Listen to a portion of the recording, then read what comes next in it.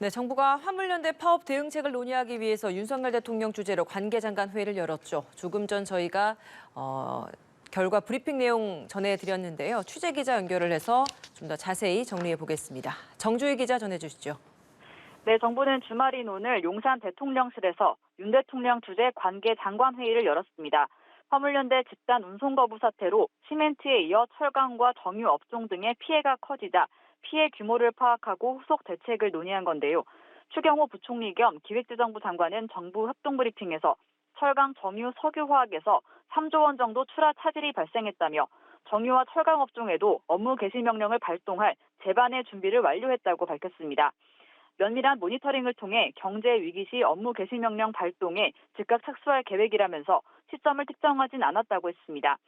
아울러 자가용 유상 운송 허가 대상을 사료, 곡물, 운반차로 확대하고 고속도로 통행료를 면제하기로 했습니다.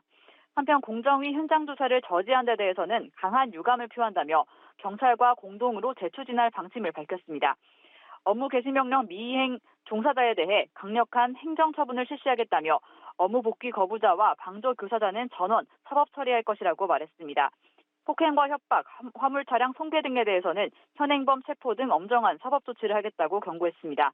추 부총리는 더 시간을 끈다고 정부의 입장은 약화하지 않을 것이라며 조속히 복귀할 것을 촉구했습니다.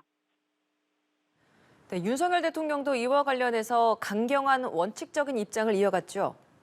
네, 윤 대통령은 정유, 철강 등의 업종은 즉시 업무 개시 명령을 발동할 수 있도록 준비하고 대체 인력과 수단을 확보하는 등 산업 피해가 최소화되도록 해달라고 당부했습니다. 노사 법치주의를 앞세운 강경 대응 방침도 재확인했는데요. 윤 대통령은 자신들의 이익을 위해 타인의 자유를 빼앗고 경제 전체를 볼모로 잡고 있는 것은 법치주의에 대한 심각한 위협이라고 비판했습니다.